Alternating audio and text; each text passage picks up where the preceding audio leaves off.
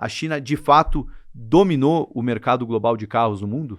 Tá, essa resposta é bem complexa, mas a China não vai dominar o mercado de carro no mundo. Não vai. E eu vou explicar por quê. Primeira coisa que a gente tem que entender é como é que nasceu esse negócio de carro elétrico na China. Em 2008, um engenheiro chinês que trabalhava na Audi, eu esqueci o nome dele, é um nome chinês complicado. Ele foi trabalhar no Ministério de Indústria e Comércio lá na China, que na China é o ministério mais importante da China depois da economia e talvez da defesa. Esse engenheiro que trabalhava na Audi, ele pediu uma audiência com na época eram 9 pessoas no Standing Committee. O Standing Committee na China é quem controla o país. Eram 9, hoje são 7 pessoas. Ele pediu uma reunião com um dos 9 e ele falou o seguinte: nós temos um atraso na tecnologia de carro térmico que nós não vamos recuperar. Porque conforme a gente progride, os outros também progridem. Como é que a gente vê tecnologia no carro térmico? Tecnologia, você vê o seguinte: o que é complicado de fazer é caixa de câmbio automático e motor. Então, vamos lá. Fórmula 1 dos anos 70, do Emerson Fittipaldi. Eu vi o Emerson Fittipaldi ganhando corrida. Ele tinha motor de 3 litros e 500 cavalos. Hoje, tem carro de passeio com motor de 3 litros e 500 cavalos. Era um Fórmula 1 na época. Então, é potência por litro. O Fiat 147 no Brasil, quando saiu, tinha motor 1.3 e 50 cavalos. Hoje, com motor 1.3, você tira 150 cavalos. Isso é tecnologia. O Passat TS 1.6 tinha 85 cavalos. Hoje, com 1.6, você tira 200 cavalos ou 250 cavalos. Então, isso é tecnologia. Então, esse engenheiro falou: nós não vamos recuperar o atraso que nós temos nos carros térmicos. Nós não vamos. O que eu proponho? Vamos começar a fazer carro elétrico. Porque no carro elétrico, nós estamos numa tecnologia nova, disruptiva, que os outros não vão, eles não vão investir como a gente vai investir. Então, tem 3 razões pelos quais a China começou a desenvolver carro elétrico. Primeiro é poluição. Não é a mais importante. Mas é importante. Mas não é a mais importante. Essa é a menos importante. Segundo é diminuir a dependência de gasolina, de petróleo da China. A China é o maior importador mundial de petróleo. A China produz 5 milhões de barris, importa 15, consome 15 e importa 10. Então, a China importa 10 milhões de barris por dia. Todo o petróleo que a China importa passa pelo Estreito de Malaca, que é o Estreito de Singapura, que tem 50 quilômetros e que tem um porta-avião americano de cada lado. E se você não passa pelo Estreito de Malaca, você tem que ir por baixo, passa por baixo das Filipinas, volta, passa não muito longe de Guam, a maior base naval americana no Pacífico, e você chega no Mar da China. E lá tem 7 porta-aviões americanos. Então, na prática, quer dizer o seguinte: é muito fácil os Estados Unidos cortarem fornecimento de petróleo da China. Não quer dizer que eles vão fazer isso, mas é um risco estratégico para a China. Essa é uma razão importante para a China desenvolver carro elétrico. Mas a terceira, a verdadeira razão é, em 2008, a vantagem da China é que a China é uma autocracia. Então, durante 10 anos, você tem a mesma coisa. O mesmo poder político, a mesma linha política, etc. Nos Estados Unidos, cada 4 anos, muda tudo. No Brasil, também. A gente tinha Bolsonaro, teve Lula, muda tudo. Então, essa característica da China de ser uma autocracia permite planejamento de longo prazo, coisa que as democracias ocidentais não conseguem fazer. Agora, o problema da autocracia é o seguinte: quando o cara lá em cima é muito bom, e na China eles são muito bons, é fantástico. Quando o cara lá em cima é ruim, você tem uma Venezuela, que tem uma reserva de petróleo maior que a Arábia Saudita, e todo mundo pobre, fugindo do país, o país completamente falido. Então, a democracia não tem esse problema, porque quando o cara lá é ruim, ele perde o emprego depois de 4 anos ou 5. Mas Então, a China começou a desenvolver carro elétrico antes de todo mundo. Então, não é que o carro chinês elétrico é melhor ou pior que o carro ocidental. Eles começaram antes. Então, eles têm... Eu andei em carro elétrico da Jaque em 2010. O carro tinha 30 km de autonomia. Andava 50 por hora. Era muito ruim. Então, eles foram melhorando de geração em geração, em geração, em geração. E hoje, a tecnologia de carro elétrico chinês, na minha opinião, é melhor que a tecnologia das marcas ocidentais, tirando a Tesla. Porque a Tesla também começou antes. Uhum. A Tesla também começou em 2010 a fazer carro elétrico. Então, a Tesla tem 15 anos de melhora de tecnologia, que nem a China, enquanto que, por exemplo, uma Mercedes lançou o primeiro carro elétrico em 2015, 2016. Eles têm 8 anos. Então, é normal que eles estejam atrasados. Então, essa é a razão pela qual os carros elétricos na China nasceram antes. 3 razões. Dominar uma tecnologia, dependência de petróleo, diminuir poluição, que é o menos importante. Então, essa é a primeira coisa. Segunda coisa que a gente tem que entender é o seguinte. Os carros, o carro, ele é um bem que todo mundo sabe a marca que você tem. Ele não é uma commodity, ele não é como uma televisão. Se você tem uma televisão na sua casa, que é uma LG, ou que é uma Mitsubishi, ou que é uma Sony, que já parou de fazer TV, ou que é uma Samsung, ninguém sabe a marca de TV que você tem em casa, e eu vou te falar. Se eu perguntar para 10 pessoas, 8 nem sabem a marca de TV que eles têm em casa, porque a marca é pequenininha lá. Todo mundo sabe o carro que você anda. Então, quando você faz um produto tipo televisão, você pode ter 50% do mercado mundial. Porque aquilo lá é uma commodity praticamente. Uma televisão que nem essa televisão aqui de 80 polegadas, é uma, aliás, não tem nem a marca dessa televisão, ninguém sabe o que é. E ninguém precisa saber o que é. Computador, aí já muda um pouquinho, mas ainda assim é uma commodity. Fotocélula, célula solar para receber energia.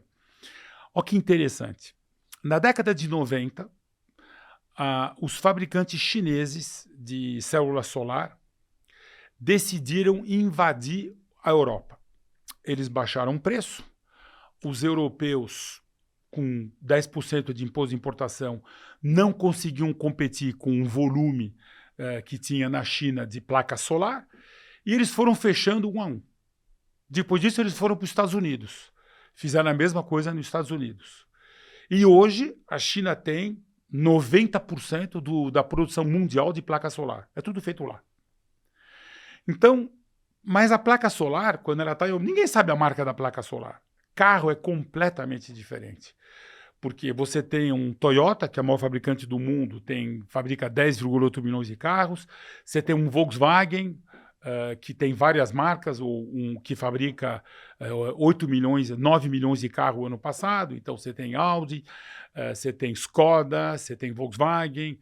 Ou seja, eu tenho um Volkswagen na minha casa, por exemplo, todo mundo sabe que eu tenho um Volks. Eu tenho um Toyota, todo mundo sabe que eu tenho um Toyota. Então, a pessoa chegar e achar que tem poucas marcas que podem dominar o mercado mundial de automóvel, como eu costumo falar, not gonna happen, porque não é commodity. Você pode dominar o mercado de café, você pode dominar o mercado de televisão ou de placa solar, você não vai dominar o mercado de carro, porque carro é uma coisa muito pessoal, tem um estilo próprio, tem a mensagem que você tem quando, por exemplo, o cara que anda de BMW, ele passa uma mensagem. O cara que anda de Mercedes, que também tem dinheiro, passa outra mensagem. O cara que anda num Renault, ele passa outra mensagem. Se ele tem dinheiro, para mim, carro não é uma coisa importante, mas ele passa uma mensagem. Então, por essa razão já básica, a China não vai dominar o mercado de carro no mundo. Essa é a razão mais básica. Carro não é uma commodity. Carro, por exemplo, sei lá, um transporte de navio. Dá para se dominar transporte de navio. Ninguém sabe qual é o dono do navio que está transportando. Carro é diferente. Então, primeira coisa. Segunda coisa, o mercado mundial de automóvel ele é dividido em blocos. Então, você tem um bloco, que é o maior do mundo, que é a China. A China vende todo ano 27 milhões de carros de passageiro, 31 milhões de veículos. Então, a China, 31. Depois você tem o bloco América, Canadá e México. América, Canadá e México é mais ou menos 20, 21 milhões. É o segundo grande bloco.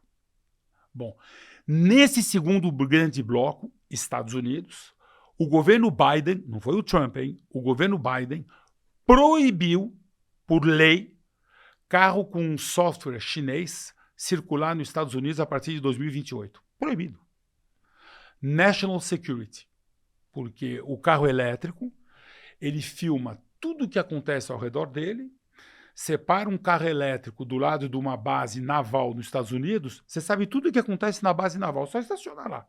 Você sabe os navios que chegam, os navios que vão embora, que horas os marinheiros chegam, que horas vão embora, quanto tempo o submarino nuclear ficou lá, porque ele filma tudo o que acontece ao redor dele. E eles filmam com tecnologia que passa através de neblina, passa através de tudo. Então, os americanos proibiram. Então, quer dizer o seguinte, naquele mercado de 21 milhões, o Canadá vai, ainda não, mas vai provavelmente seguir os Estados Unidos, e o México, quer queira, quer não, vai receber uma pressão gigantesca para seguir os Estados Unidos. Mas o fato é o seguinte, nesse mercado de 21, hoje, 16 que é Estados Unidos, proibido entrar carro chinês lá. Não é nem alíquota de importação, é proibido. Aí você tem o terceiro grande bloco, que é a Europa. Mercado europeu, com a Inglaterra, mais ou menos 13 milhões de carros. Esse mercado, por enquanto, não tem nenhuma lei contra carro chinês. Não sei por quanto tempo. Pode ser que a Europa, daqui um ano, 2 anos, 3 anos, 4 anos, também decida que o carro chinês pode ter um problema de segurança nacional nos países europeus. Ou pode ser que não. Então, esse terceiro bloco é 13 milhões. Então, China, 30, com veículos comerciais. Estados Unidos, Canadá, México, 21. Europa, 13. Então, na Europa 13, todo mundo está falando agora da invasão chinesa na Europa tal. Eles têm 7% do mercado. A China. Todas as marcas chinesas têm 7% do mercado europeu. A Toyota tem 7,5%. As marcas japonesas têm 12%, 13%. Então, pode ser que as marcas chinesas vão crescer na Europa, mas vai ser muito duro elas passarem de 12%, 13%. Por exemplo, a Volkswagen na Europa tem 26% do mercado europeu. Aquilo é uma fortaleza, a Volkswagen. Eles têm 4 marcas, Skoda, Audi, Seat e Volkswagen. Muito difícil eles perderem muito share lá. Toyota tem 7,5%. Toyota não vai perder share para a marca chinesa. O consumidor que compra um Toyota e o consumidor que compra um carro chinês são 2 seres humanos completamente diferentes. Ele aceita novidade, ele aceita algum risco, etc. E o da Toyota é aquele cara conservador, etc. Então, na Europa vai ser muito difícil as marcas chinesas crescerem muito acima de 12%, 13%, 14%. Mas muito difícil. Por questões culturais. Aí você tem o Japão. O Japão é 4 milhões de carros. O mercado total de carro importado no Japão é 10%. O Japão é um dos países mais fechados do mundo. O japonês compra carro japonês. Period. Carro elétrico no Japão é 1,5% do mercado. Então, aquele mercado, os chineses podem tentar. Não vão vender. O Japão é um mercado... Todas as marcas importadas no Japão é menos de 10% do mercado japonês. Tem uma coisa interessante do mercado japonês. Por que o mercado japonês é tão conservador?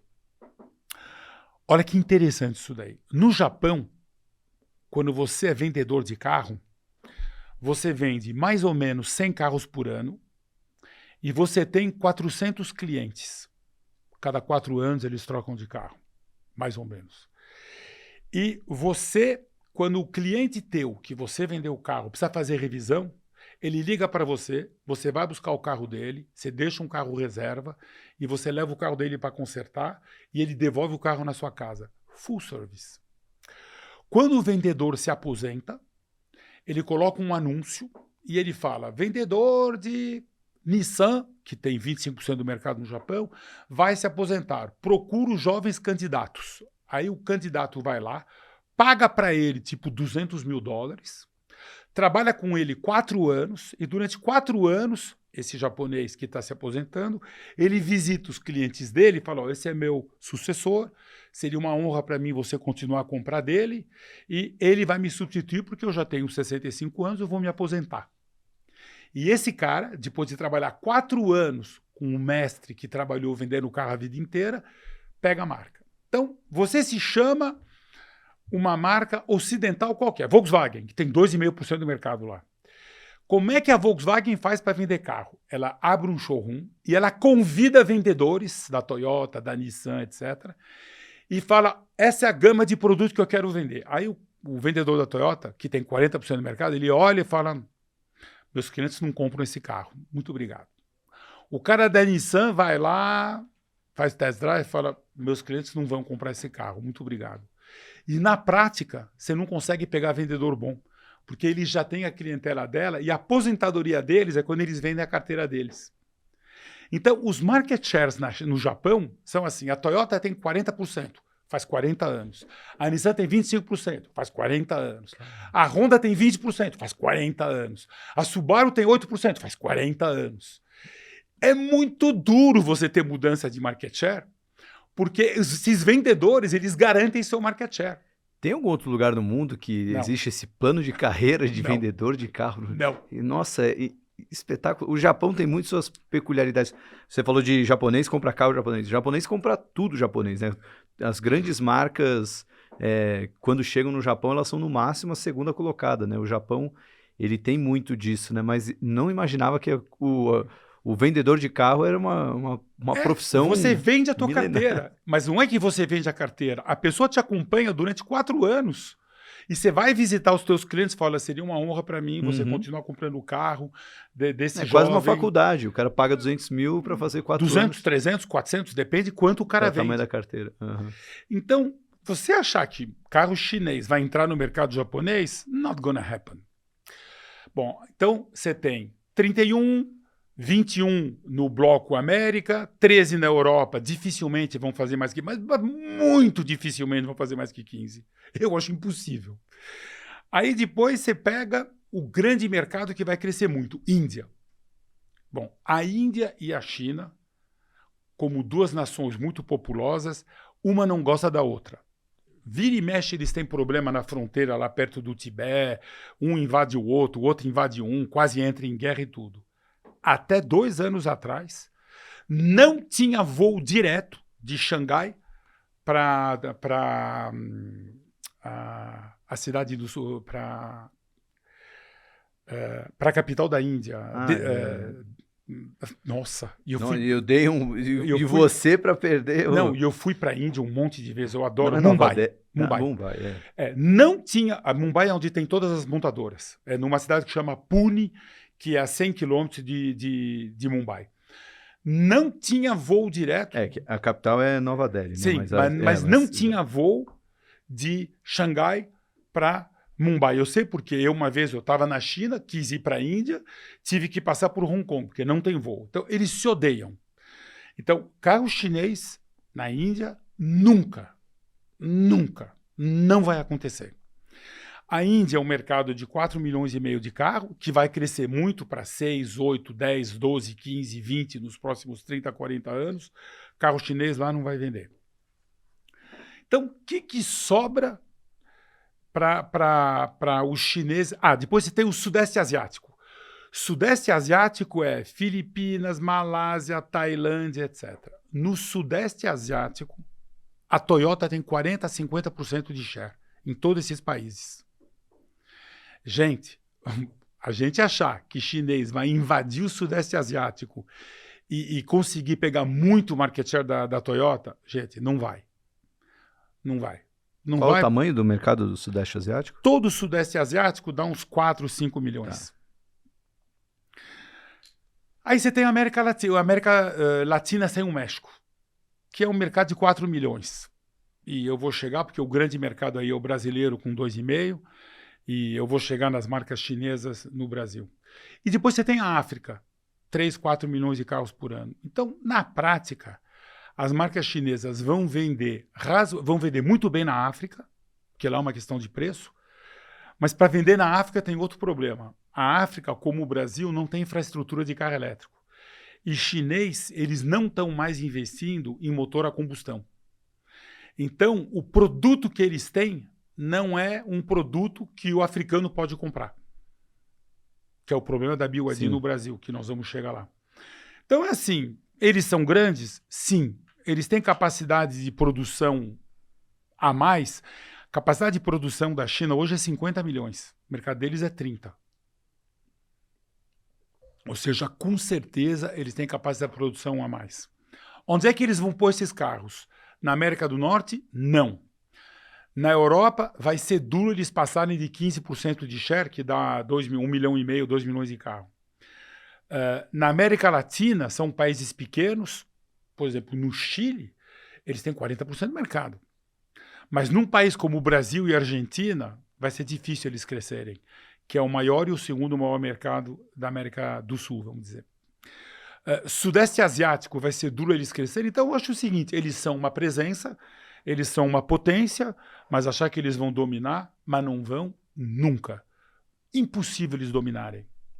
Impossível. Se você gostou desse corte, certamente vai gostar do episódio completo. Então, clica aqui que você pode assistir ele na íntegra. Ou então, você pode clicar nesse vídeo e ver mais um corte desse episódio. Até a próxima.